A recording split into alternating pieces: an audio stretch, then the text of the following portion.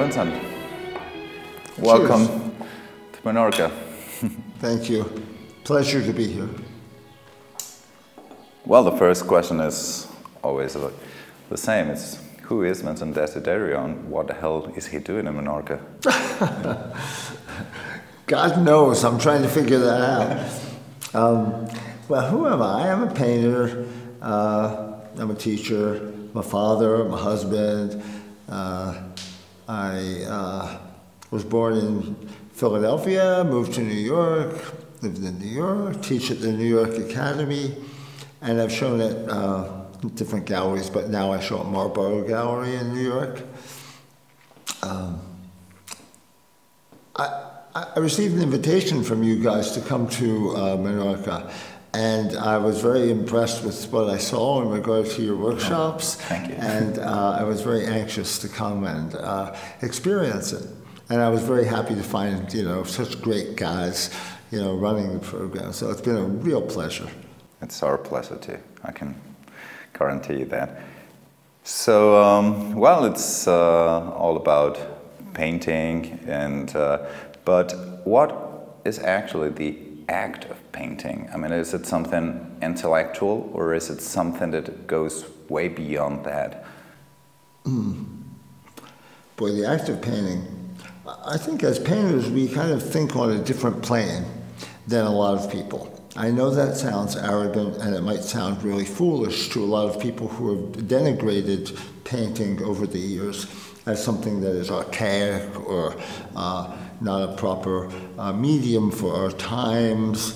But I know from my own experience of many years of painting that there are certain thoughts and certain possibilities that avail themselves to me when I'm painting that are not actually available outside of the process. So when we fall into the kind of trance of work, it's not as if we're like being lazy or shutting our brains off or not thinking or any of that. I think we're reaching a kind of a different level of consciousness, and at that level of consciousness, certain things are possible. Certain possibilities can function in accord with each other. And so for me, painting then is a matter of thinking. It helps me think. You think it's something like it's naturally in our brain circuits for those who make art, or is it something that you can really be taught? Oh, you mean, is it, I see what you're saying. Can it be taught? Yes, of course it can be taught. And I think that, but I do think that many of the schools today are in a state of crisis in regard to painting curriculums. What can be taught are certain skills, but skills do not make an artist. They're helpful, and we need lots of skills as an artist, but among the manual skills, we also need a mental dexterity. We need to be able to think critically. We need to be able to analyze, and we need to be able to make decisions about what is the proper way for me in particular to be working at any given time.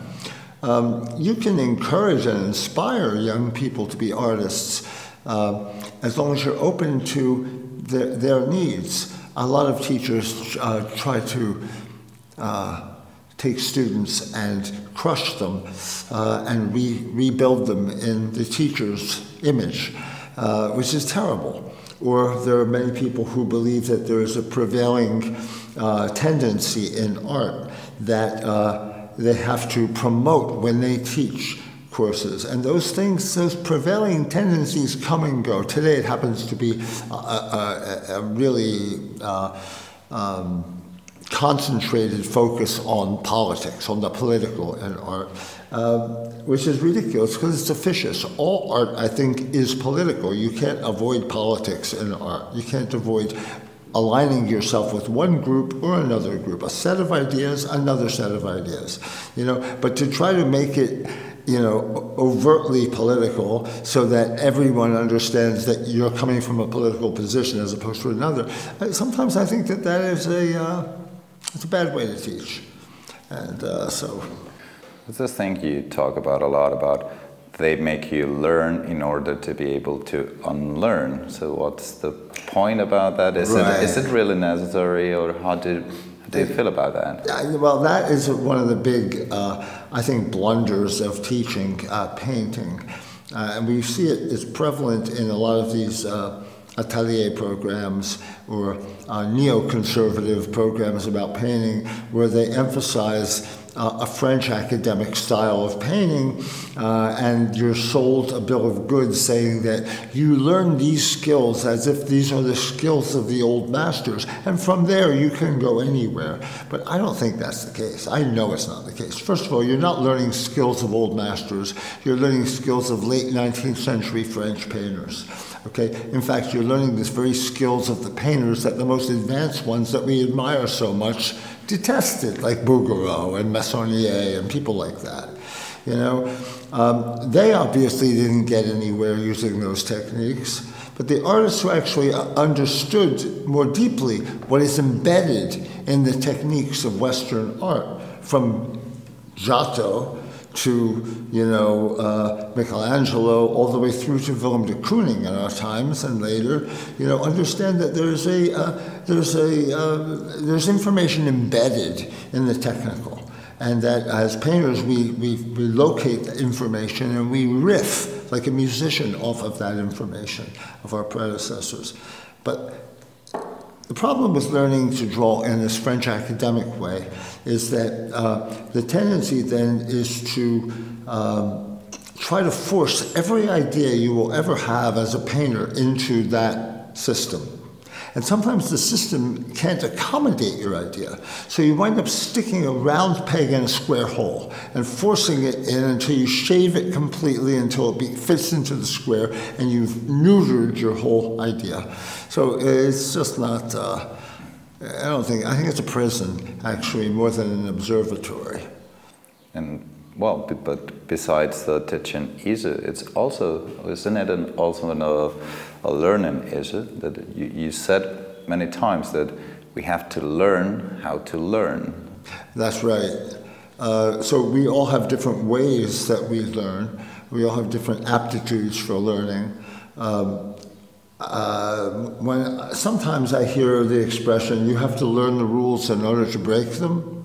And I don't agree with that. I think that we come to art with certain needs and desires and aspirations. And what we wind up doing, I think, when we are working in a healthy learning environment is to fashion the tools that we need. Not to acquire a bunch of meaningless tools that don't have anything to do with what we want. And starting there to build out. And eventually you might want to accept all the other tools that you thought were originally useless, but in the beginning you have to start with what it is that you need. If you don't need to draw a hand for the kind of painting you're doing, don't spend, you know, a year or two drawing a hand. If you're never going to paint a hand, don't paint a hand, right? But when you do need that hand, figure it out. Regardless of any kind of influences you've had, or because at least in your case, for instance, is there any like common ground for all the artists you admire? Is there anything in common? Well, that's a very good question, because I think that when we start operating as a painter and we find ourselves more accepting and moving in the direction of certain kinds of qualities of paint, one of the things we do is start to recognize that there have been previous artists who were similarly involved, and sometimes in a different way, but nonetheless their discourse surrounded the issues that are also important to you.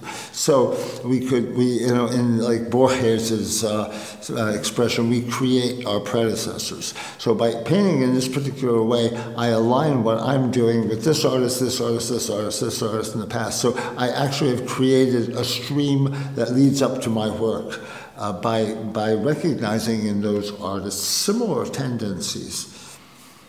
So yes. And what about the Lacroix? What did you find in him that you didn't find in others? Delacroix is amazing. He's truly amazing. I never liked Delacroix when I was younger. I would look at Delacroix and I did not understand why he was considered a colorist, because his paintings are not particularly, delicate in their coloring. His drawing was so sloppy at many times. I think someone said about Delacroix that he broke more bones than a surgeon could set in a year, which is very interesting. But at one point I said, I want to read his journal, because the journal is, I've heard so much about this, that it's a very beautiful work by a visual artist, by a painter, one of the few actual works of literature, in a sense, by a painter. Especially of that caliber. And as I read it, I began to fall in love with Delacroix, and fall in love with his association with Chopin and with George Sand, and his placement in the development of Romanticism, and as the head of the school of Romanticism. But it was most important to me, a certain passage that he wrote, and I think I've got the date correct. I think it's May 5th, 1852, and he writes that the painting should be begun as if on a gray day. There are no direct lights, no cast shadows. An object within that kind of zone or framework will be receiving the reflection of color on all sides. He says, if you suddenly turn a light on this scene, you will have what are lights and shadows. But he says they're mere accidents, which is curious, because the people who supported the idea of drawing over color would say that color was accidental. But he's saying that the light falling on the form, creating the illumination and the shadow, is the accident, which is like sticking it to the man a bit. And then he says that this, I believe, he said, is the greatest truth and meaning in color. And it's surprising, he says, that many artists who were considered great colorists didn't understand this. So that was a very curious passage. And it stayed with me for a really long time, trying to understand exactly what he meant. Finally, eventually, I realized that gray day is not really a gray day, it's a half-light situation. And that the relationship of the half-light to the light and the shadow became very important for not only him, but also the Impressionists and the Post-Impressionists. That the shadows themselves and the halftones are more like mirrors. As there's not direct light on a form, it has a greater reflective propensity. And so in the half-light and the shadow, according to Delacroix, you would see the greatest pyrotechniques of color. So essentially, as a romantic, he located within the act of painting an exotic realm much like the one sought by other romantics, but he finds it within painting itself, which for me is remarkable, because it's the power of his intellect locates this thing. And he goes on to say later that shadows are mirrors and things like that. And the curiosity of this statement, how it ends, is that he says it's the greatest truth and meaning of color. And when you think about that, in the future, the idea, the use of color, which begins, with Delacroix in all of its seriousness. So I think in the 19th century we see a kind of denigration of tonality and an ascendancy of color, and an ascendancy as well as the ultra-subjective. But in the statement that it's the truth and mystery of painting, the truth and meaning of painting, we actually see the bifurcation of the artists in the next generation into those who paint a faithfully true representation of nature, such as Monet, because Cézanne, of course, said he was an eye, but only an eye. And the other folk are the post-impressionists, who saw color not in terms of its optical reality or optical verisimilitude, but symbolically. So that's meaning of color versus truth in color. So we actually sort of foresees the development. And both the post-impressionists and the impressionists revered Delacroix. So when I finally understood this, it helped me also a great deal with my own painting. I'm forever indebted to Delacroix, who's now one of my heroes. Even though I'm more of a tonal painter, you paint tonally, but also as a colorist. You know, a lot of great colorists are tonal painters. You know, they don't use brilliant, bright colors all the time. They know how to manipulate colors in a very plausible, effective way. And I think the key to that is the color, the temperature of the light versus the temperature of the shadow, versus including the reflective propensity of the shadow. Those three elements sort of are the key to the bridge between drawing and color. So I guess color you find it more interesting than drawing. I mean, it's an academic conception of drawing being the foundations of every artwork, you know, like there's academical things like the site size drawing and all these things. I don't know, what do you think about this kind of way of drawing, of founding? I don't think of drawing that way at all. At all. When I was little, I became infatuated with, for no particular reason, with Michelangelo and with the Renaissance. I don't know why all of a sudden, it's just, I was 12 and I think I was sublimating every sexual urge that was, you know, growing in this young pre-adolescent, and I just kind of totally entered this fascination with the Renaissance. And what Michelangelo said early on, which was I read early on, which I thought was beautiful, was judgment is in the eye, not in the measure. A very beautiful statement, which made me feel all my life that I needed to just draw it and not measure it. That I had to be able to even draw it out of my head and not even look at it. You know, so that started when I was very young. In art school, I was an abstract painter. And before that, in college, I did a lot of like conceptual stuff, sort of conceptual stuff, very young stuff. And it was only later that I began painting representationally. And I kind of did it as a kind of challenge to myself and sort of like a kind of, you know, sticking it to the man of the art world that who says you can't make a history painting today? But a history painting that was a postmodern history painting, not a history painting that sort of just had a bunch of, you know, well-drawn figures doing some interesting modern thing. And that's not at all what it was about. It was about trying to figure out how representation could be an effective mirror of a time, the times we live in, the times that I see as a kind of sloppy threshold, the threshold of a kind of awakening consciousness that has not yet occurred. Right? So in order to like start painting representationally, I had to rethink a lot of things, like perspective, for example. You know, I mean, if I want to use perspective in a painting, why am I using perspective in a painting? When I never cared to use perspective before, totally believed that it was irrelevant to painting because I was a modernist, and you know, why would I start doing this? And why do you copy? Why do you make something look real? Even if you're not copying it, why do you give it the reality effect? Why should you do that? What is the purpose of that? You know, and drawing. What is good drawing?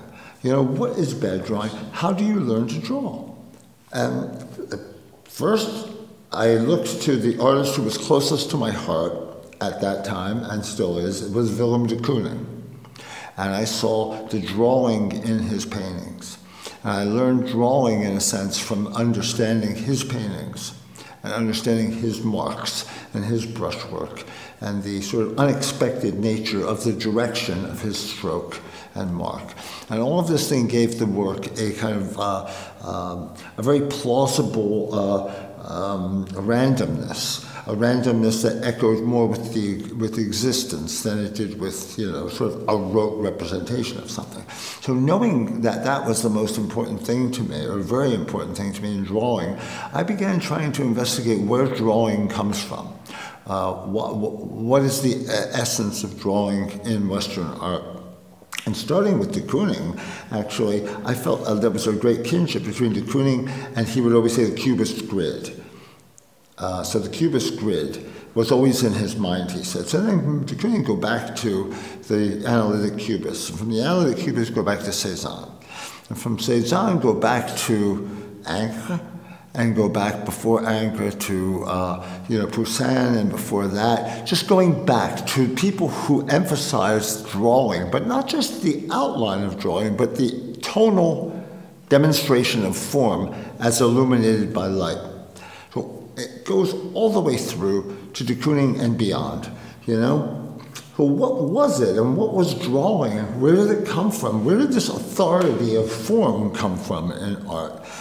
And I traced it back to the invention of perspective, really. And I found that really was a suitable answer to the question, because of my realization that the emergence of perspective in Western art started a very rapid ascent of the artist's social status, intellectual status, and so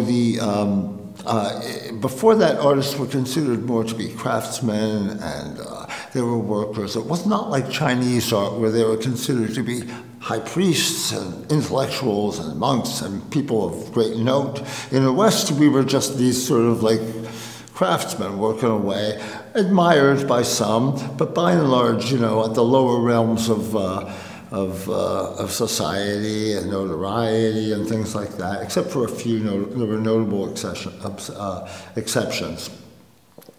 But when perspective was invented, all of a sudden, the artists became aware of their value intellectually. And the Della Pittura by Alberti, documents that. It's almost like if you read between the lines in Della Pittura, it's almost like a declaration of the artist's the new world of the artist who is godlike, And so from that point, there's an ascension. Now, drawing was key to perspective. Drawing was mathematical. It was predictable. It contained all of the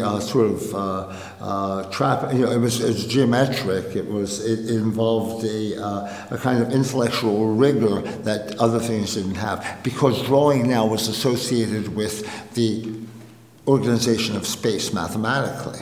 The seeing of nature in terms of numerical coordinates and values, right? So it had at that point it began to be recognized as the intellectual center of what painters were doing. And whenever painters tried to make applications to get into the 7 liberal arts, they always made it through drawing, disegno. They never made it through color, because color was ephemeral, it was slippery, and it was indeterminate. Drawing had all the determinacy, the mathematics, the regularity, the stability of one of the 7 liberal arts. So they always made their propositions through drawing.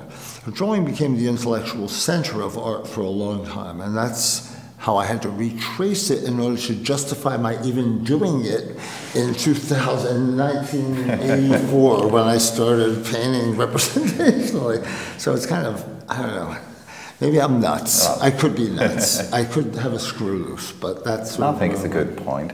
And actually, I think that if you misunderstand it, it might become, in your opinion, like a way of trying to, so to say it, avoid the insecureness of the real artistic freedom. This is a way of trying to control things, having them under control because of the fear to that freedom. When misunderstood, I mean, of course. I think when it's taught in terms of French academic art, it's taught with a safety net.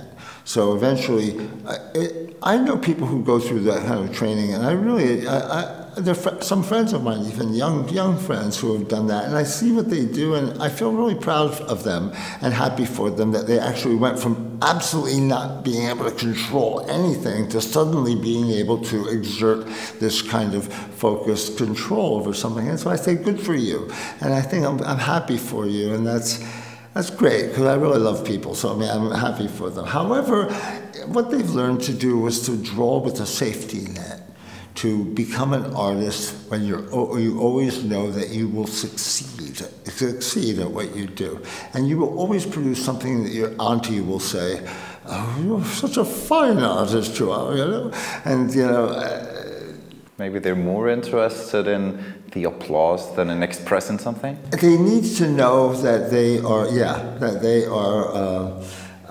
they can measure their own worth.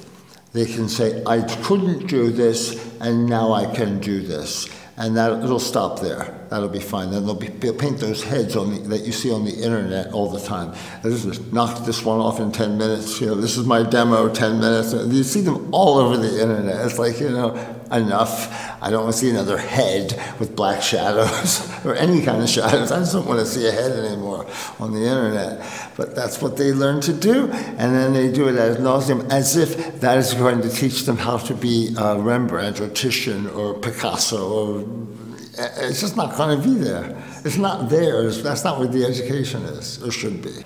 Now, you were talking about the internet and all. So you think that the internet and the social media and all those things are kind of like lowering the level and the authenticity of the artist's work, like focusing more on the applause, the likes and all that stuff than really doing and developing our artwork? They're more interested in being artists than in making art? I think there's that. I don't think the internet is responsible for that. I think that it's going to sound terrible, but mediocrity is the way of the world, basically.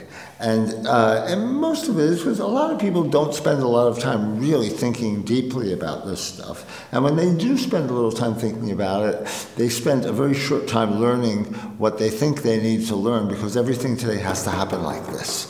Now, painting is something that takes a really long time to figure out how it's working at all,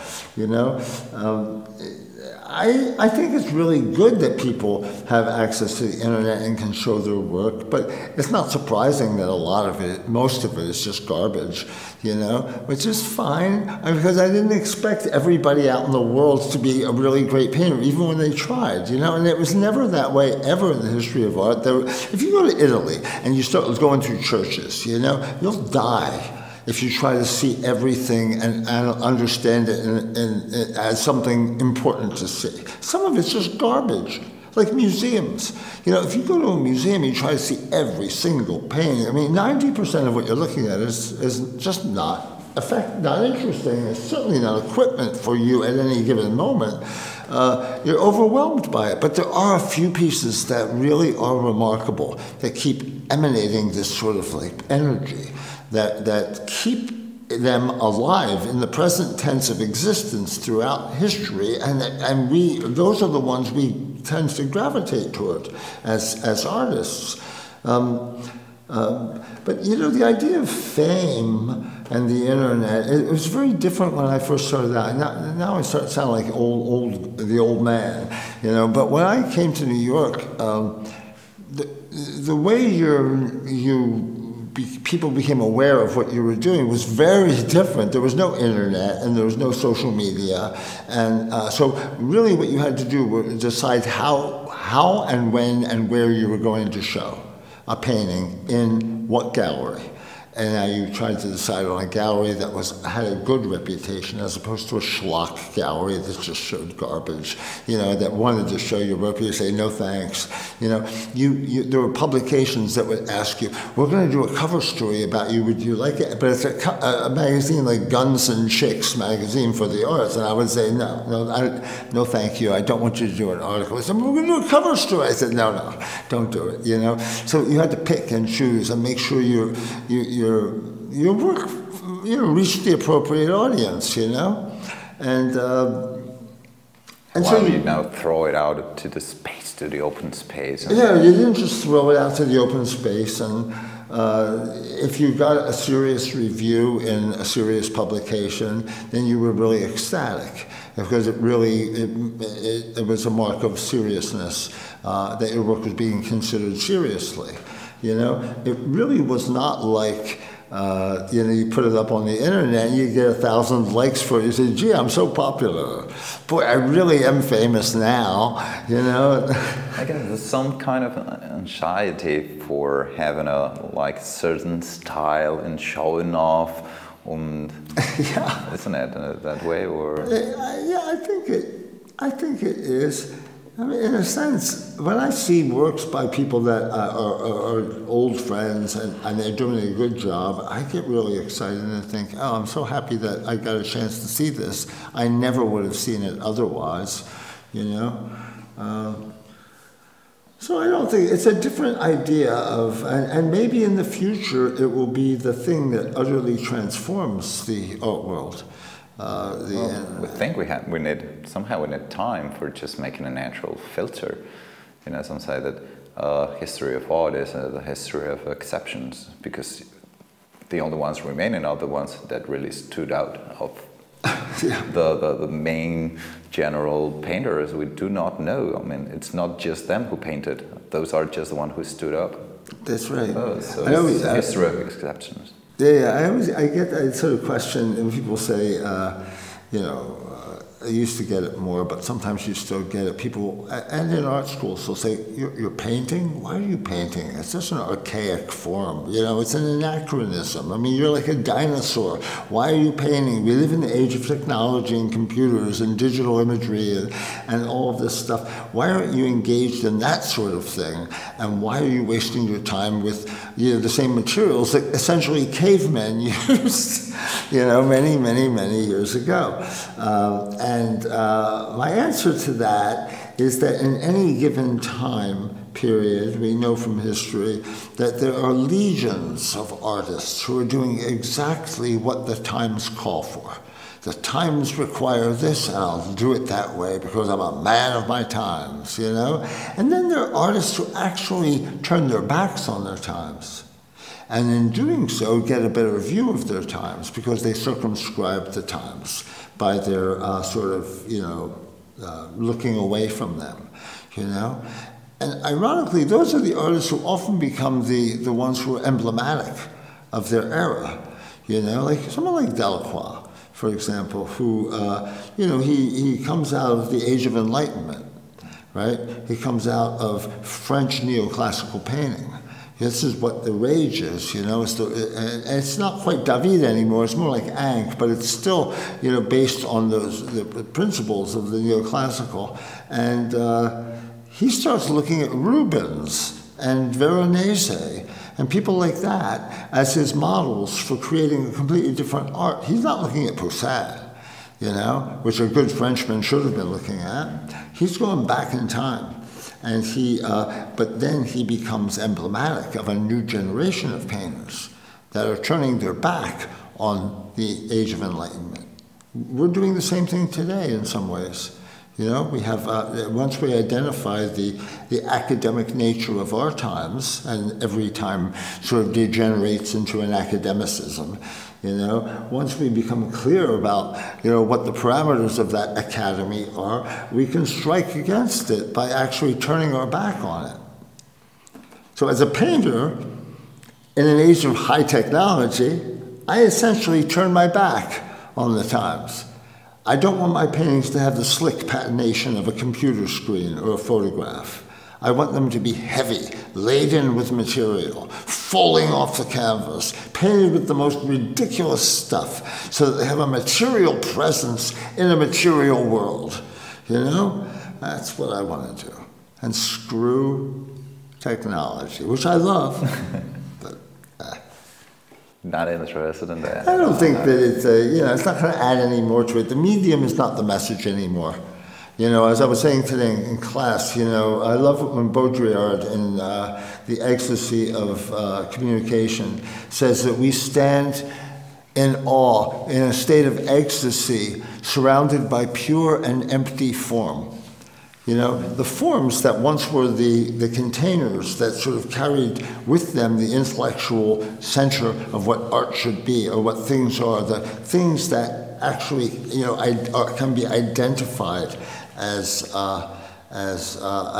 the medium's approach to the issue, are now drained of any meaning. So they're still there as shells in all of their multiplicity. So we feel there's a tremendous plurality. Look, we can do anything today, but these shells are drained. They're drained, they're empty. They all amount to the same amount of information, same amount of equipment for future usage, you know.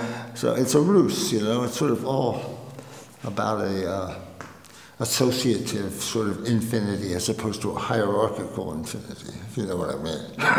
I like this relation with poetry because it was Michael Oakeshott. It was the one who said that we are used to think in poetry in a rational way, as if there's first the idea and then the translation into words. But actually, poetry doesn't work like that. I mean, Oakeshott said that there's nothing before the poem itself. There's nothing except for a poetic passion. That the poet doesn't know what he's going to say until he actually says it. Mm-hmm. Do you think it's something similar that happens in painting? Are we used to think and to set in a rational way all the artworks before we actually start painting them, or? I think that if I ever sit here and start spouting poetry out of my mouth, it would be a lot. It would be very hard, but it certainly wouldn't involve mixing colors, preparing canvas, taking a brush, putting it on, the labor that's involved. So because there's that very labor in everything that a painter does, there has to be a little bit of forethought that goes into it, okay? The degree of forethought, of planning, there are ways to plan and kill the idea, or kill the impulse to do it, and there are ways to plan to nurture the impulse, to sort of tantalize it, to sort of bring it to this like over-ripeness so it reaches a climax of expression when you actually do the painting itself. That is all this preparation that happens beforehand, It's not just shooting out of your brain, you prepare yourself to actually do the thing. I don't know if this is pertinent to that, but people hate the idea that their paintings will be illustrational, and usually illustrational paintings are overthought in a certain sense. They're thought out too much, and they sort of do exactly what they're supposed to do, and there's no mystery to it. There's no enigma to it, which I think is a central aspect of painting, is that it always is a perpetual question and never an answer. The worst painters answer the questions. The best painters keep the question open and alive, right?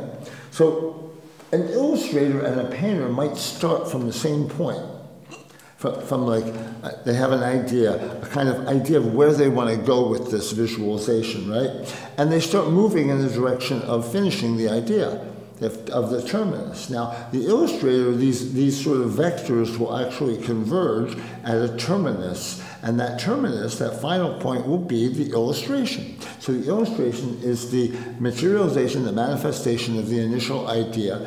As you were saying, you have the idea, then you make the poetry of it. The illustrator has the idea, figures out how to do it the best way, produces the illustration, and it's done. A painter might start out the same way, right? And start moving in the direction of the finish of the painting. But at every stage, for some reason, the painter keeps splaying those vectors so they never touch, because they want to avoid that closure. They want to avoid that sort of death knell of the terminus, And so the vectors splay like this and miss each other like ships in the night, But if you look at the whole model this way, you see that the painting, as it's sort of causing a kind of connection there, is reliving its inception and its finale. It's going right back to the beginning at the end, So that is what makes that, enlivens that, is this sort of movement away from closure, but it also actually, in a very strange way, indicates that there is a story happening in the technical approach to making the picture. And that story is embedded in the information behind the surface of the picture. And though we can't always know exactly what that story is, we can glean it. Because in great paintings, you sense this tremendous power behind them.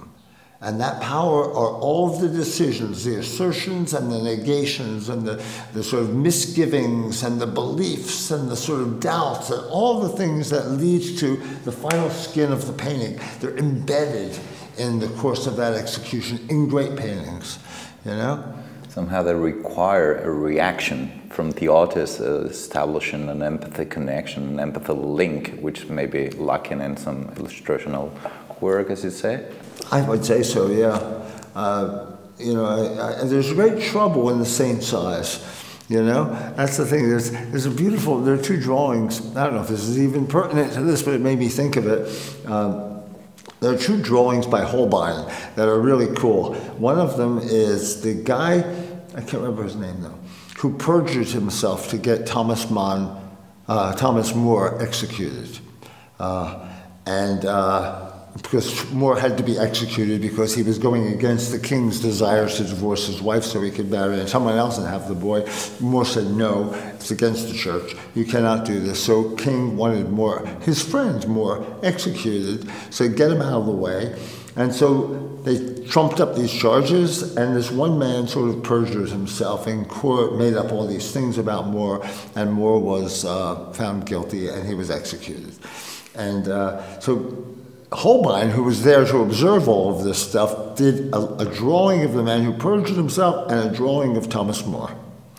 And the guy who perjured himself is like looking down, very modest and saintly. His eyes are sort of cast downward, and he looks like that. And then Thomas More is like this. I mean, there's trouble. The saint is the one who has the trouble in his eyes, not the guy who perjures himself. You know? That trouble is the trouble that the painter has in his eyes, her eyes as well. You said the trouble, and I think it was Emile Cioran who said that art is an open wound. Is it like that for you? I mean, you suffer a lot when you do create? You know, suffer.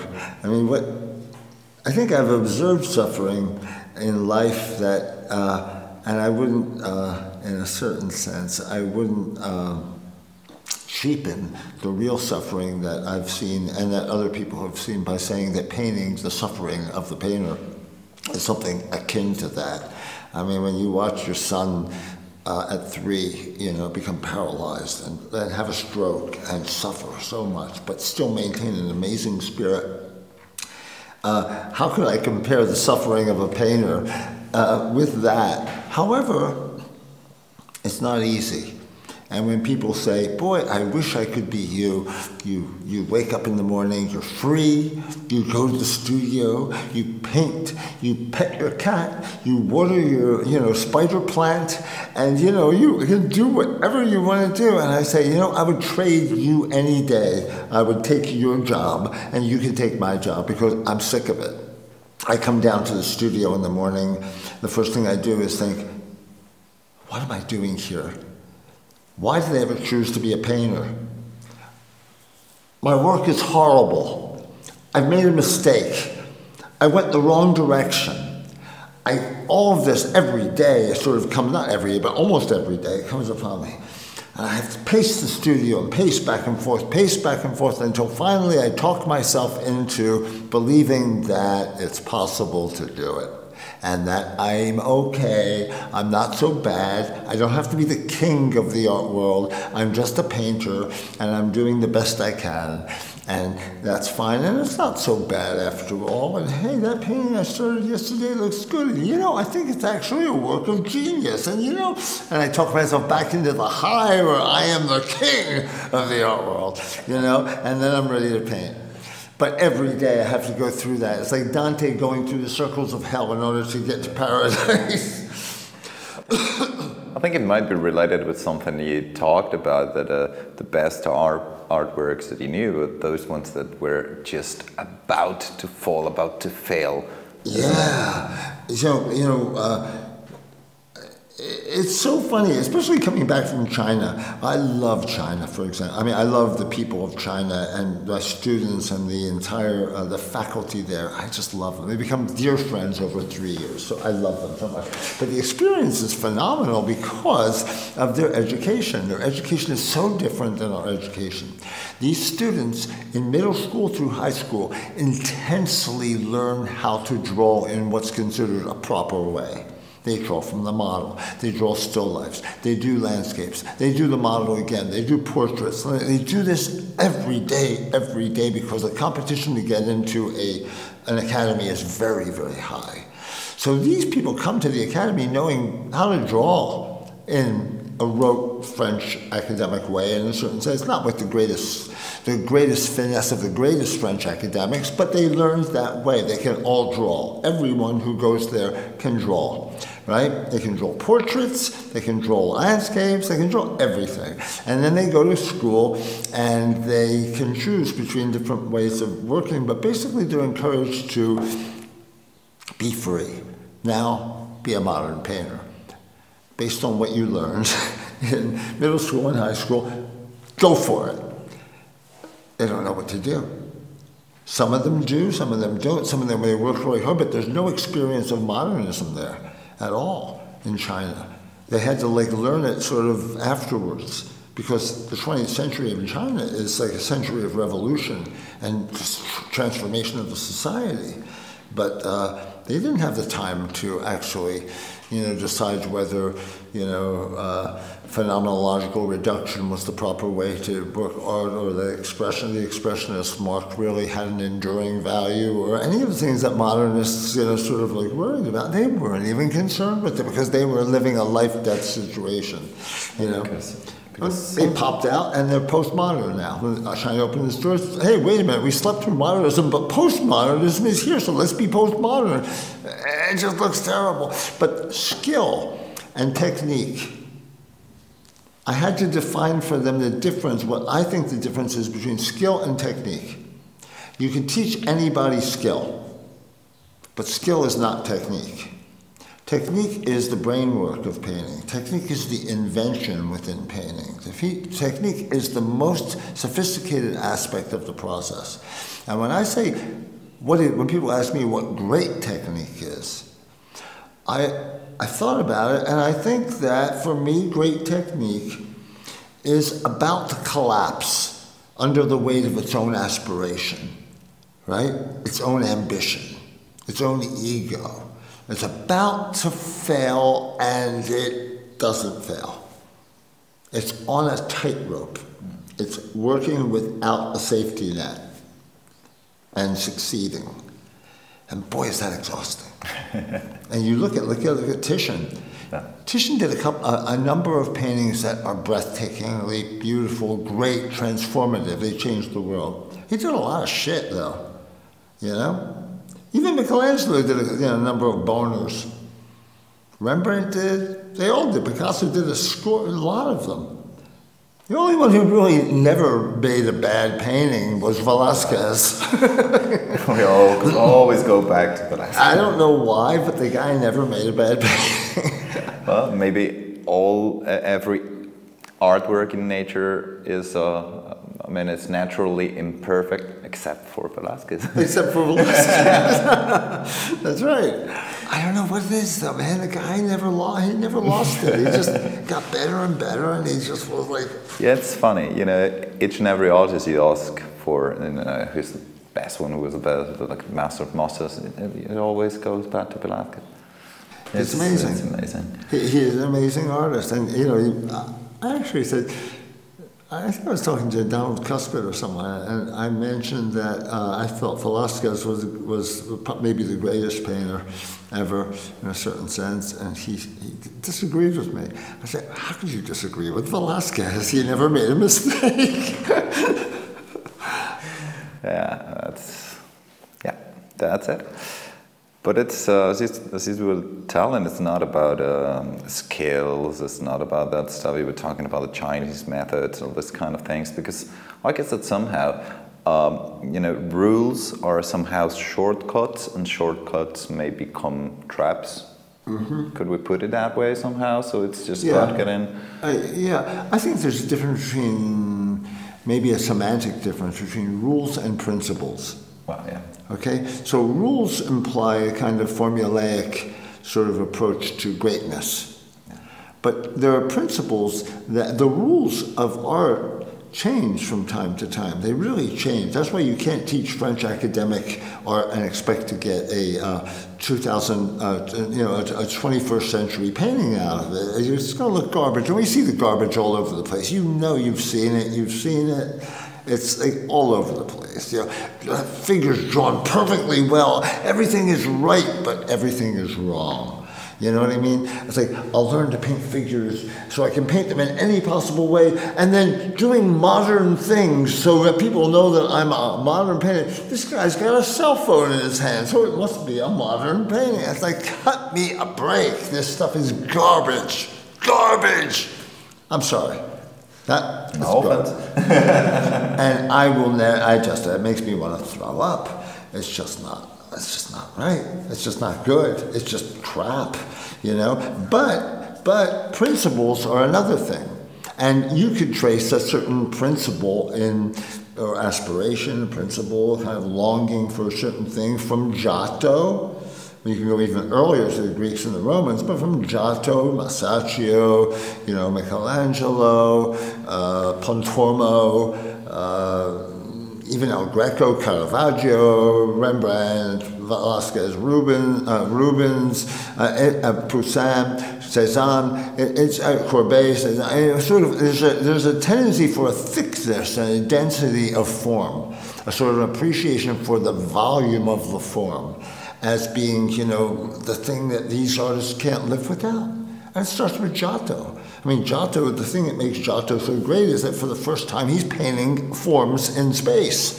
Not actually accurate perspectival space, but he's got volume to those bodies as opposed to the flattened Italo-Byzantine paintings. The gloriously beautiful Cimabue paintings. If you take Cimabue's Crucifixion, the one that was damaged in Florence, and you put it next to Giotto's Crucifixion looks like crap. I mean, the body is hanging there, and it's got volume, and that's really the amazing thing about it, which is truly revolutionary in a way. But the Cimabue is elegant. Cimabue is operating at the apex of that movement of Italo-Byzantine art, and he's probably the greatest of them. And Giotto is at the very beginning of a new kind of art, so his work has a kind of crudeness to it, But that crudeness is like, it's really amazing. And he's looking not so much at nature as he's looking at Roman art, Roman sarcophagi and things like that, the form of those things. Okay. It's always related to how different artists develop a different grammar in a sense of how they say things. It was Fernando Pessoa, the Portuguese writer, who said that there's two ways for writing for him to basic principles for writing. The first one is just saying what you feel exactly how you feel it. I mean, like in a dark way if it's dark, in a confusing way if it's confusing. Right. And the other way is it's understanding that grammar is just a tool, it's not a law. So I find this relationship with painting and all you're saying, because he uses imperfection, as a creative element involved in the painting, and all the principles are he uses them as tools. Right. So, do you think that this anxiety, for this eager for perfection and for respecting all the principles and all this stuff, may be somehow killing what the real essence of the artwork may be? Yeah, I think it really is. I mean, definitely. I mean, we're talking about, there are different things. There are two things happening in art, among many things, but two main things happening in art education right now. One of them is, and they both involve a certain kind of rigidity of thinking. Of course, we have the neocons who are in the ateliers, and they're sort of like Tea Party people. You know, you follow these rules, you will learn the basics, the basics will bring you to the greater things, you'll be able to go anywhere with these basics under your belt, which I don't agree with at all. On the other hand, you have what's more prevalent in art schools all over the country, and that's that if your work does not sort of reflect an attention to social concerns, the social concerns of the day, the political concerns of the day, if you don't officiously demonstrate them in everything you do, your work is meaningless. It doesn't mean anything. You know? And that is one of the reasons I left the Pennsylvania Academy, because it sounded like this generic kind of education that we see in every art school. I was talking to one of the students here about Kansas City and why he left Kansas City Art Institute. There's a generic sort of remaking of every art school so that the new academy has to include this sort of political awareness. My politics are radical, but I don't think that I need to put that in my paintings in an officious way, in an obvious way. You know, I think that a great political painting, right, is a painting that actually works in a subversive way to undermine your prejudices and actually create within you the awareness of a possibility that you feel through the sensibility of the painting. You change the sensibility of the person so that they're able to think in a different way in order to make the proper political decisions. You don't show them a picture of Donald Trump or a picture of this or that and say, look at this bastard. I use Donald Trump. But you don't show them that because nobody's going to believe it. The people who hate Donald Trump will go, yeah, good, right. The people who love Donald Trump will go, that's just crap. You know what I mean? It's not going to convince anyone. It's polarized. It polarizes people. But if we sort of imbue the work with a sensibility that allows people to the possibility of changing, then we are making true political work, right? Through the action. Through your painting. Through the subtle, cunning sort of manipulation of feelings that you can do with the painting, you can bring them to, an awareness, a new sensibility that will enable decisions of what I would consider a proper nature. More compassionate, more sort of egalitarian, sort of things like that. But not by, making political cartoons and calling it painting, and, everyone goes, taps you on the back and says, good job, man, I agree with that, I'll like you on Facebook, I'll like you on Instagram for doing that. Those two things are real problems. One represents a kind of neoconservatism that's really gone amok, right? Which it always was amok to begin with. And then there's sort of like, neoliberalism that's happening that is sort of like it's like a simulacra of liberalism. It's all the clothes of the liberal, but none of the deep concern of the liberal. It's posturing, a lot of posturing. Well, let's not talk about politics. But you can't help but talk about politics when you talk about painting, because painting actually is so related to everything that's going on. And decisions we make, schools we attend, teachers we have, all of these things are sort of, the genesis of these things were political concerns, and they are reflected in the choices that people make when they decide they're going to study a certain way or not. Exactly. So it's... Yeah. Whether we like it or not, it's there. Right, yeah. One thing, one of the essays in your lecture, also read to Diebenkorn, around there on one slide here, he had this 10 notes to myself when I started a painting in his studio. Oh, he did? Diebenkorn? Yeah, you can look at them. They're very interesting. So I was wondering if you had to put this note in your studio, like 10 notes to myself when starting to paint. Oh no! Absolutely not. Which kind of things you try to keep in mind, or you just? What do I keep in mind when I paint? Yeah, what you're trying not to lose the track of. Don't fall off the ladder. Don't eat the white lead. Cadmium paints are poisonous. Take Lily to school. You know, see Sam, how Sam's doing upstairs. Make sure you have dinner ready when Roxanne comes home. No, there are a lot of things to think about. Basically squeezing what I'm doing into the responsibilities I have as, you know, father and husband. Learning that was really an interesting thing in life, because I never really had, my first wife, Gail, who's the mother of the kids, of my 4 kids, is a doctor, a physician. So she wasn't going to be staying home, you know, doing all the housework and stuff like that. And I wasn't going to do it either. I'm a painter and I got to work every day at this, or else I'm not going to make anything of myself. So we had to figure out how to do it. We had to share it completely, you know, or have someone come in to help us. But we had to do it. We couldn't, there was no luxury there. It was do or die. And we did. We wound up having 4 kids.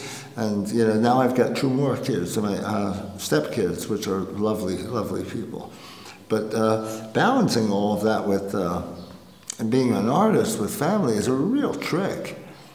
A lot of it involves sitting there getting yelled at because you're not listening, because you're thinking about your painting. A lot of that has to do with, you know, Dad, come upstairs, you painted yesterday. Come on. Or, you know, you're not paying attention to me. You know, I mean, you're just always thinking of yourself. You know, having to live with this and try to, you know, be diplomatic about it. Or, what are you doing, Dad? Googling yourself again? You know, this kind of stuff. And you gotta live with this stuff with the kids, and it's like driving me crazy. It's humiliating, you know? But, you know, they grow up and then they understand more. Well, I think that's then this empathy with your own life, your surroundings, the social things happening around is what in the end makes the whole artwork. I mean, it all filters through the artist into the artwork. Those are the most interesting ones, probably.